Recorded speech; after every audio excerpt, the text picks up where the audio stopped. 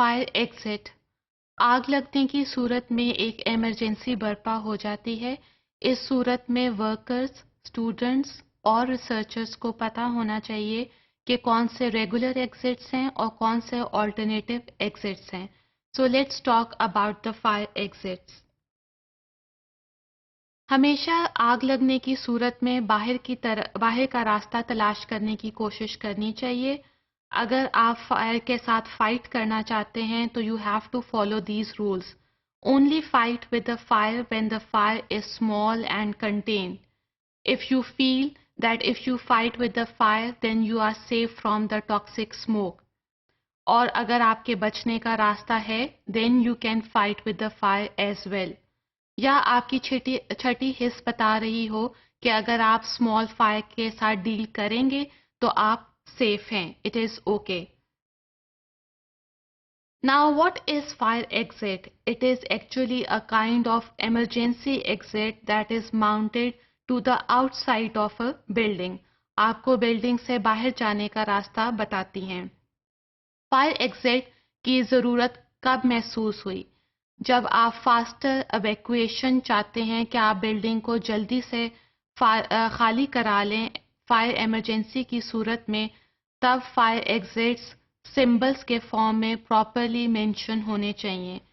इसके अलावा regular exit की बजाय ऑल्टरनेटिव रूट्स भी होने चाहिए, क्योंकि बाज़ औक़ात आग लगने की सूरत में रेगुलर एग्जिट ब्लॉक हो जाते हैं.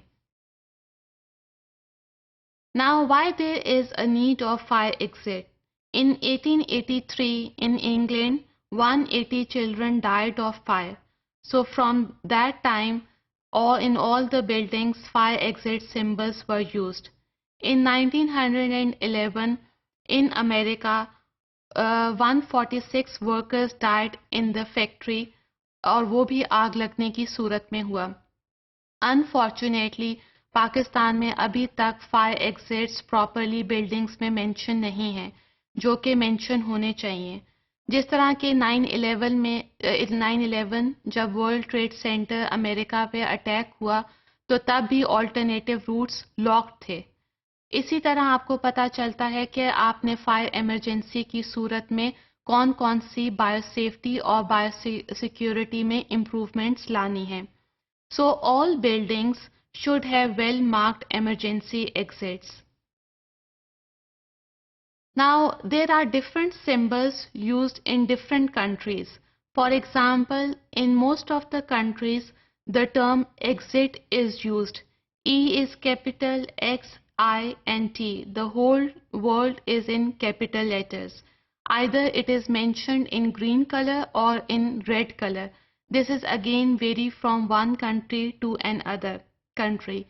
Nowadays, Running Green Man is introduced, that is in 2003 it is certified by ISO 7010.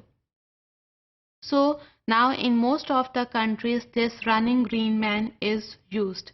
This is the symbol of Running Green Man, which is certified by ISO 7010 in 2003.